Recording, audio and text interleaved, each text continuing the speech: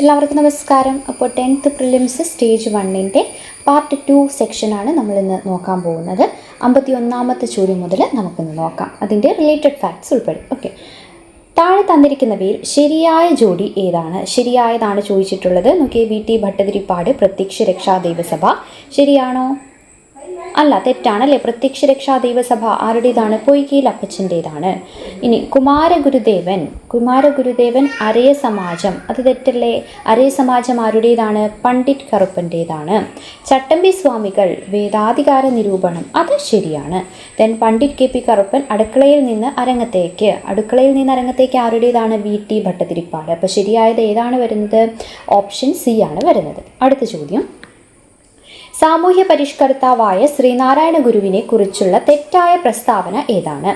1888 അരുവിപ്പുറത്ത് ശിവപ്രതിഷ്ഠ നടത്തി. ശരിയാണല്ലേ. ഇനി ശ്രീനാരായണ ഗുരുവിൻ്റെ പ്രസിദ്ധീകരണങ്ങൾ പ്രാചീന മലയാളം, ആദിഭാഷ എന്നിവയാണ്, അത് ശരിയാണോ?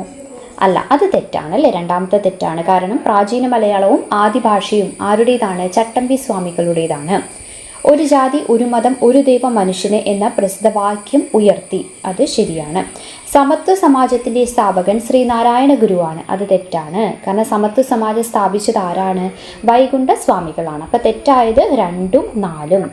ഓപ്ഷൻ ഡി ആണ് വരുന്നത്. അടുത്ത ചോദ്യം, ഇന്ത്യയിലെ പല ഭാഗങ്ങളിൽ നടന്ന ഗോത്രവർഗ കലാപങ്ങളിൽ പെടാത്തത് ഏതാണ്? ഗോത്രവർഗ കലാപമല്ലാത്തത് ഏതാണെന്നാണ് ചോദിച്ചിട്ടുള്ളത്. ഏതാണ്? മാപ്പിള കലാപം 1921 മലബാറിൽ നടന്ന ഒരു കർഷക അല്ലെങ്കിൽ കുടിയാൻ പ്രക്ഷോഭമാണ്. ഇത് ഗോത്രവർഗക്കാരുടെ കലാപമല്ല. മറ്റേ പഹാരിയ, സാന്താൾ, കോൾ, അതൊക്കെ എന്താണ്? പ്രശസ്തമായ ഗോത്രവർഗ കലാപങ്ങളാണ്. പഴശ്ശി കലാപത്തിൻ്റെ പ്രധാന കാരണങ്ങളിൽ പെടുന്ന പ്രസ്താവന ഏതൊക്കെയാണ്? ഓക്കെ, ബ്രിട്ടീഷുകാരുടെ തെറ്റായ നികുതി നയം. ശരിയാണോ? ശരിയാണ്. ബ്രിട്ടീഷുകാരുടെ പണമായുള്ള നികുതി പിരിവ്. ശരിയാണോ? പണമായുള്ള നികുതി പിരിവ് അല്ല. ദെൻ വയനാട് കൈയടക്കാനുള്ള ബ്രിട്ടീഷുകാരുടെ നീക്കം, അതും ശരിയാണ്. ബ്രിട്ടീഷുകാർ പഴശ്ശി രാജാവിന് കോട്ടയം പ്രദേശം പാട്ടത്തിന് നൽകി, അതും തെറ്റാണ്. അപ്പം ശരിയായിട്ടുള്ള കാരണം ഏതൊക്കെയാണ്? 1ഉം 3ഉം. ഓപ്ഷൻ എ ആണ് വരുന്നത്.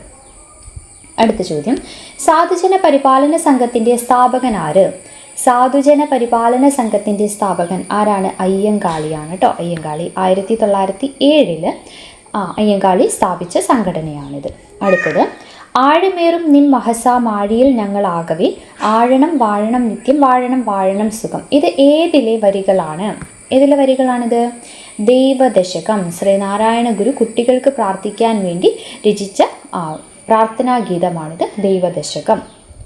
അടുത്തത്, താഴെ തന്നിരിക്കുന്നവയിൽ പരസ്പര ബന്ധമില്ലാത്തത് ഏത്? മാവിലത്തോട് വേലുത്തമ്പി ദളവാൾ, തെറ്റാണ്. മണ്ണടി പഴശ്ശിരാജ, തെറ്റാണ്. Quit India Keezhariyur bomb case, ശരിയാണ് അല്ലേ. മാപ്പിള ലഹള, കർഷക മുന്നേറ്റം, അതും ശരിയാണ്. എന്താണ് ഇവിടെ 2 മാറിപ്പോയത്? വേലുത്തമ്പി ദളവ മണ്ണടിയിൽ വെച്ചാണ് മരിക്കുന്നത് അല്ലേ. അങ്ങോട്ടും ഇങ്ങോട്ടും ഇവിടെ മാറ്റി കൊടുത്തിരിക്കുന്നത്. പഴശ്ശിരാജ മരിക്കുന്നത് മാവിലത്തോടിൽ വെച്ചാണ്. ഓക്കെ, അപ്പോൾ അതുകൊണ്ടാണ് ഇത് 2ഉം തെറ്റായി മാറിയത്. അപ്പം ആൻസർ വരുമ്പോൾ ബന്ധമില്ലാത്തത് 1ഉം 2ഉമാണ്. ഓപ്ഷൻ ഡി ആണ് വരുന്നത്. അടുത്തത്, താഴെ കൊടുത്തിരിക്കുന്ന സംഭവങ്ങളുടെ ശരിയായ കാലഗണന ക്രമമേത്? നമുക്ക് ഓരോ വർഷവും നോക്കാം. മൊറാഴ സമരം എന്നാണ്? 1940. കുണ്ടറ വിളംബരം 1809. പൂക്കോട്ടൂർ കലാപം 1921. കുറിച്യർ കലാപം 1812. കറക്റ്റ് എങ്ങനെ വരും? ആദ്യം ഏതാ വരിക? കുണ്ടറ വിളംബരം 2, 4, 3, 1 അല്ലേ. അപ്പം ഓപ്ഷൻ ബി ആണ് വരുന്നത്. അടുത്തത്, ബ്രിട്ടീഷുകാർക്കെതിരെ കേരളത്തിൽ നടന്ന ആദ്യത്തെ സംഘടിത ജനകീയ ചെറുത്തുനിൽപ്പ് കലാപം ഏതാണ്? സംഘടിത കലാപം ഏതാത്? ആറ്റിങ്ങൽ കലാപം അല്ലേ. 1721 തിരുവിതാംകൂറിലെ ആറ്റിങ്ങലിൽ വെച്ച് ഇംഗ്ലീഷ് ഈസ്റ്റ് ഇന്ത്യ കമ്പനിക്കെതിരെ നടന്ന കലാപമാണ് ആറ്റിങ്ങൽ കലാപം. കുളച്ചൽ യുദ്ധത്തിന് ശേഷം തിരുവിതാംകൂർ സൈന്യത്തിൻ്റെ വലിയ കപ്പിത്താനായി മാറിയത് ആര്? കുളച്ചൽ യുദ്ധത്തിന് ശേഷം ആരാണ്? ഡിലനോയ് ആണല്ലേ. Option A De Lannoy. 1741 കുളച്ചൽ യുദ്ധം നടന്നത്. മാർത്താണ്ഡവർമ്മ ഡച്ച് സൈന്യത്തെ തോൽപ്പിച്ചപ്പോൾ തടവുകാരനായി പിടിക്കപ്പെട്ട ഡച്ച് ക്യാപ്റ്റൻ ഡിലനോയെ പിന്നീട് എന്ത് ചെയ്തു? തിരുവിതാംകൂർ സൈന്യത്തിൻ്റെ പരിശീലകനായി അല്ലെങ്കിൽ വലിയ കപ്പിത്താനായി നിയമിക്കുകയാണ് ഉണ്ടായത്. ഇനി നമുക്ക് സയൻസ് റിലേറ്റഡ് ക്വസ്റ്റ്യനിലേക്ക് പോവാം. ഡോട്ട്സ് ഏത് രോഗത്തിൻ്റെ ചികിത്സാ രീതിയാണ്? ഡോട്ട്സ് ക്ഷയം അല്ലേ, tuberculosis. Directly observed therapy, short course എന്നതിൻ്റെ ചുരുക്കരൂപമാണ് ഡോട്ട്സ് എന്ന് പറയുന്നത്. ഇതൊക്കെ നമ്മൾ പഠിച്ചതാണല്ലേ. ഇനി രോഗങ്ങളെ പഠിക്കാൻ ലാബിൽ വളർത്തുന്ന ചെറുതും ത്രിമാന രൂപത്തിലുള്ളതുമായ ടിഷ്യൂ മാതൃകളെ വിളിക്കുന്നത് ഏത് പേരിലാണ്? ടിഷ്യൂ മാതൃക ഏതാത്? ഓർഗനോയിഡ്സ് എന്നാണ് കേട്ടോ പറയുന്നത്. സ്റ്റം കോശങ്ങൾ ഉപയോഗിച്ച് ലാബുകളിൽ കൃത്രിമമായി വികസിപ്പിച്ചെടുക്കുന്ന 3D അവയവ മാതൃകകളാണ് ഓർഗനോയിഡ് എന്ന് വിളിക്കുന്നത്. വായുമലിനീകരണം അളക്കുന്നതിനും അന്തരീക്ഷത്തിലെ സൾഫർ ഡയോക്സൈഡിൻ്റെ സാന്നിധ്യം തിരിച്ചറിയുന്നതിനും സഹായിക്കുന്ന പ്രകൃതിദത്ത സൂചകങ്ങൾ ഏതാണ്? പ്രകൃതിദത്ത സൂചകങ്ങൾ ഏതാത്? ലൈക്കൻസ് ആണ് കേട്ടോ. ലൈക്കനുകൾ, ആൽഗകളും ഫംഗസുകളും പരസ്പര സഹായത്തോട് ജീവിക്കുന്ന ലൈക്കനുകൾ വായുമലിനീകരണത്തോട്, പ്രത്യേകിച്ച് ഈ സൾഫർ ഡയോക്സൈഡിനോടൊക്കെ അതീവ സംവേദനക്ഷമത ഉള്ളതാണ്. അപ്പം അങ്ങനെയുള്ള അന്തരീക്ഷ മലിനീകരണമുള്ള സ്ഥലങ്ങളിൽ എന്ത് ചെയ്യില്ല, ഇവർ വളരില്ല.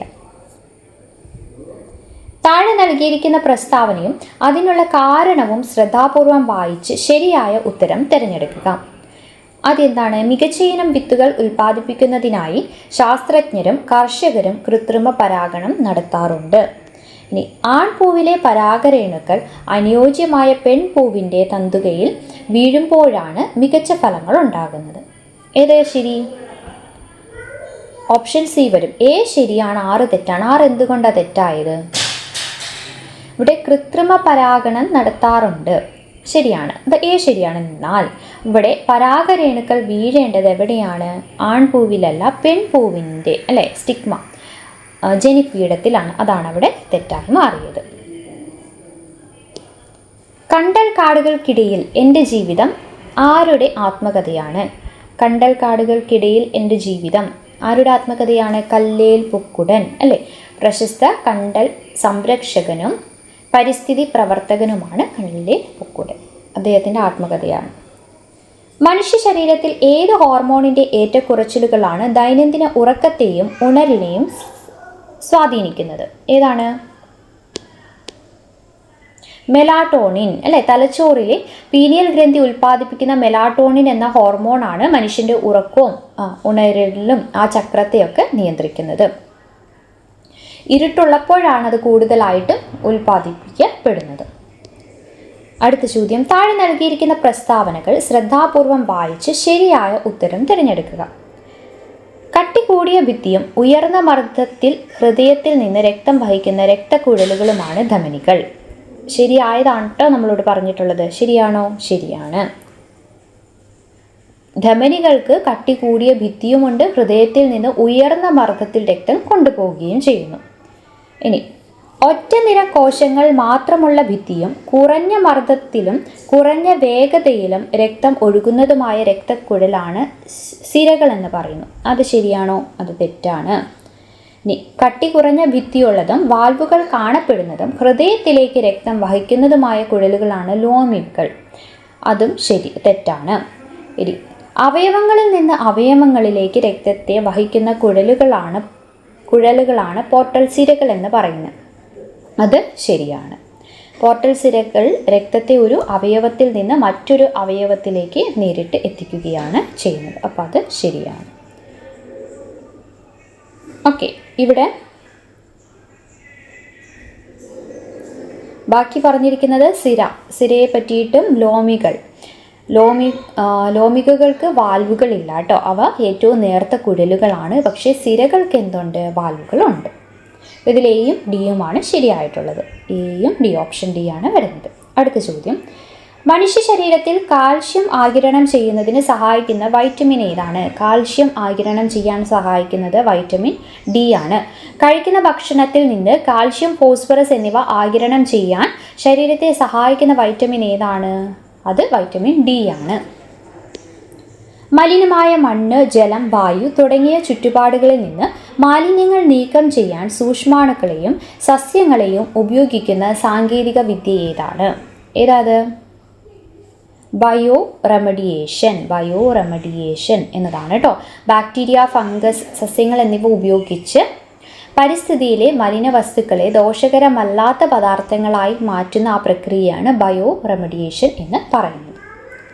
അടുത്ത ചോദ്യം, ഭാഗ്യലക്ഷ്മി ഏത് സസ്യത്തിൻ്റെ സങ്കര ഇനമാണ്? ഭാഗ്യലക്ഷ്മി പയറാണ് കേട്ടോ, പയർ. കേരള കാർഷിക സർവകലാശാല വികസിപ്പിച്ചെടുത്ത കുറ്റിപ്പയർ ഇനമാണ് ഭാഗ്യലക്ഷ്മി.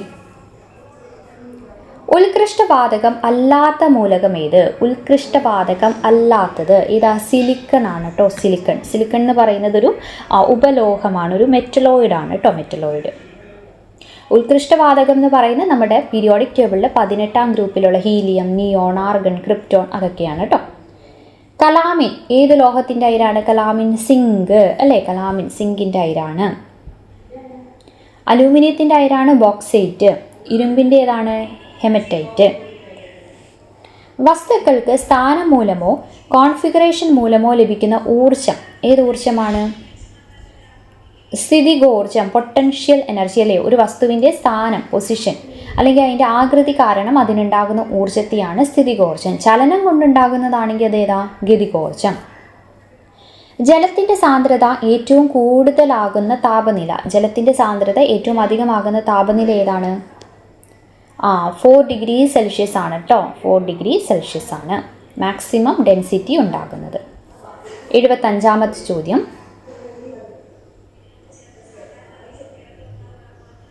പവറിൻ്റെ SI unit വാട്ടാണ്. വാഹനങ്ങളുടെയും മോട്ടോറുകളുടെയും പവർ കുതിരശക്തിയിൽ സൂചിപ്പിക്കാറുണ്ട്. ഒരു കുതിരശക്തി 1 HP എന്ന് പറയുന്നത് എത്ര വാട്ടാണ്? 746 ആണല്ലേ? അതെ, 746 വാട്ട്സ് ആണ്. ഇനി ആൽക്കലൈൻ എർത്ത് ലോഹങ്ങളിൽ ആറ്റോമിക മാസ് ഏറ്റവും കൂടുതലുള്ള മൂലകം ഏതാണ്? ആൽക്കലൈൻ എർത്ത് ലോഹങ്ങളിൽ ഏതാ? റേഡിയം ആണ് കേട്ടോ, റേഡിയം. 2ാം ഗ്രൂപ്പ് മൂലകങ്ങളെയാണ് നമ്മൾ ആൽക്കലൈൻ എർത്ത് ലോഹങ്ങൾ എന്ന് പറയുന്നത്. അതിൽ ഏറ്റവും താഴെയുള്ളത് റേഡിയത്തിനാണ് ഏറ്റവും കൂടിയ ആറ്റോമിക മാസ് ഉള്ളത്. അടുത്തത്, ഇവയിൽ ഏതാണ് പ്രകൃതിദത്ത പോളിമർ? പ്രകൃതിദത്ത പോളിമർ ഏതാണ്? സെല്ലുലോസ്. സസ്യങ്ങളുടെ കോശഭിത്തിയിൽ കാണപ്പെടുന്ന സെല്ലുലോസ് പ്രകൃതിയിൽ നിന്ന് നേരിട്ട് ലഭിക്കുന്ന ഒരു സ്വാഭാവിക പോളിമറാണ്. മറ്റതെല്ലാം കൃത്രിമ പോളിമറാണ്. ഖരവസ്തുക്കൾ ചൂടാക്കുമ്പോൾ അവ നേരിട്ട് വാതകമായി മാറുന്ന പ്രക്രിയയെ എന്ത് വിളിക്കുന്നു? ഏതാത്? ഉത്പതനം അഥവാ സബ്ലിമേഷൻ അല്ലേ. ദ്രാവകാവസ്ഥയിലേക്ക് മാറാതെ ഖരരൂപത്തിൽ നിന്ന് നേരിട്ട് വാതകമാകുന്ന ഇപ്പോൾ കർപ്പൂരം, നാഫ്തലിൻ അതൊക്കെ ഏതാണ്? ഉത്പതനം, സബ്ലിമേഷൻ ആണ്.